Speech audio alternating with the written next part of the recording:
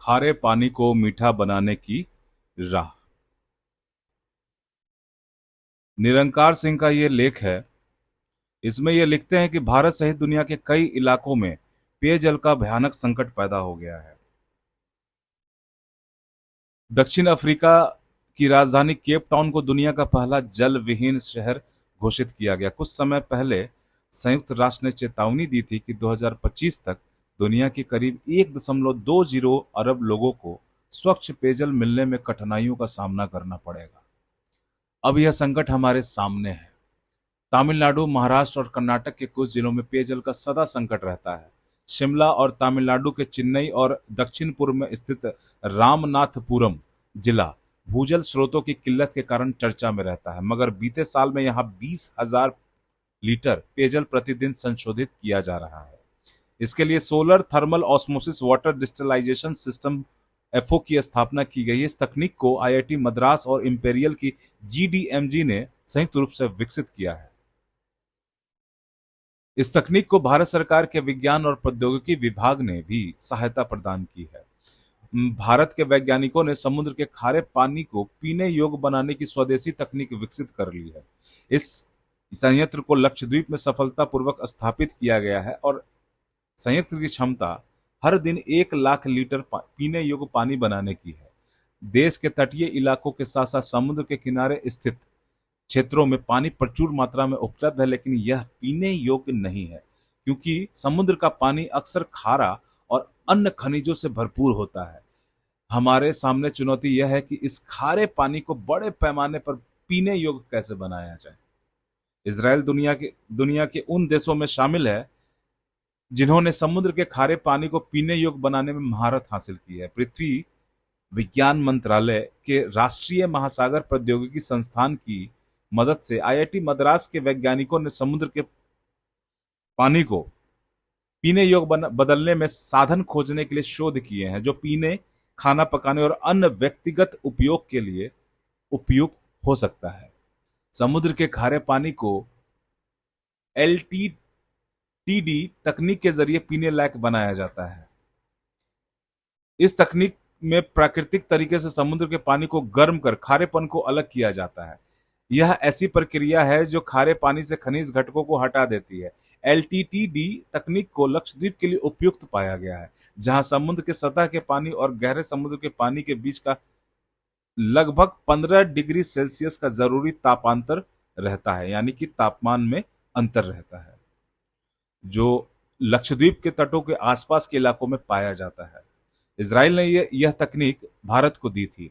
सन 2018 में जब इजरायली प्रधानमंत्री नेतन्याहू भारत यात्रा पर आए थे तो उन्होंने गुजरात में मोबाइल वाटर डिस्टिलेशन जीप उपहार के तौर पर भारत को दिया था। यह जीप खारे पानी को मीठा बनाती है। एक दिन में यह मोबाइल संयंत्र जीप 20,000 लीटर समुद्र के खारे पानी को साफ कर सकता है।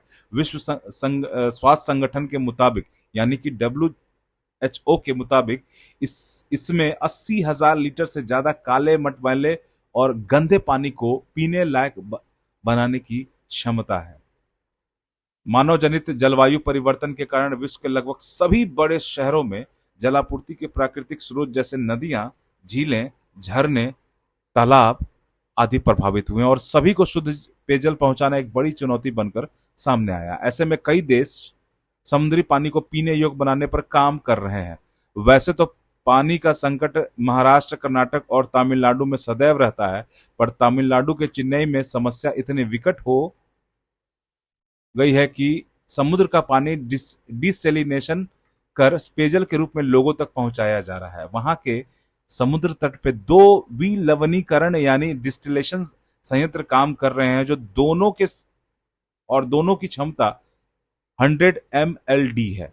ऐसे 2 और संयंत्र 150 और 400 MLD क्षमता वाले पर भी काम चल रहा है, जो अगले 3 वर्षों में 550 MLD समुद्री पानी का डिसैलिनेशन करने में सक्षम होंगे।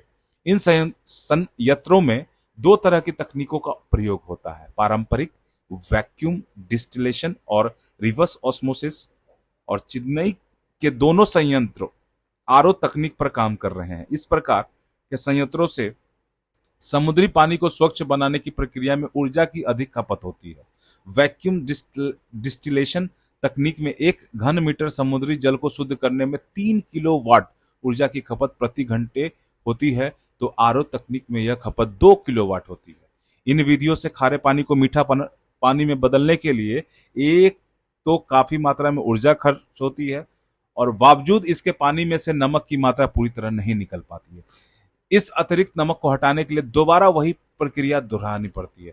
इस कारण समय और ऊर्जा दोनों ही अधिक खर्च होते हैं, और आरओ पानी को शुद्ध करने वाली एक ऐसी तकनीक है जिसमें दबाव डालकर पानी साफ किया जाता है।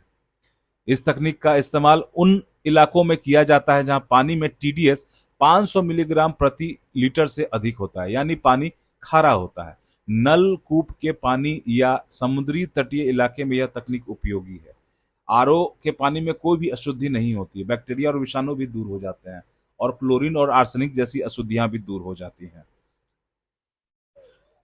इस प्रक्रिया में बिजली की खपत अधिक होती है। यह नल के पानी के सामान्य से अधिक दबाव में काम करता है। आरओ से बाहर निकलने वाला पानी के रूप में औसतन 30 से 40% पानी बर्बाद होता है। इस खर्च को कम करने के लिए राष्ट्रीय समुद्र प्रौद्योगिकी संस्थान ने डिसैलिनेशन प्रक्रिया के लिए कम तापमान वाली थर्मल थर्मल विलवणीकरण किया है। इस प्रक्रिया के तहत दो अलग अलग जल स्रोतों के बीच तापमान के उतार चढ़ाव से पहले गर्म पानी को कम दाब पर वाष्पीकृत किया जाता है ताकि मीठा पानी प्राप्त किया जा सके।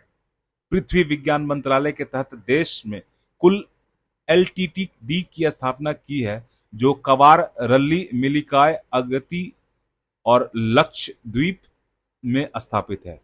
इनकी प्रौद्योगिकी पूरी तरह से घरेलू और पर्यावरण के अनुकूल है, बल्कि एलटीटी-डी संयंत्र की क्षमता प्रतिदिन 1 लाख लीटर समुद्री जल शुद्ध करने की है। इस तकनीक के द्वारा खारे पानी से 1 लीटर मीठा पानी बनाने में 19 पैसे का खर्च आता है। दक्षिण अमेरिका, ऑस्ट्रेलिया, इजराइल, सऊदी अरब, यूएई जैसे देश अपनी कुल पानी की मांग का बड़ा हिस्सा इसी समुद्री जल का डिसैलिनेशन करके पूरा करते हैं। फिलहाल दुनिया भर में इसके लगभग 15,000 संयंत्र काम कर रहे हैं, और सऊदी अरब की राजधानी रियाद में इसके लिए 220 किलोमीटर लंबी पाइपलाइन बिछाई गई है।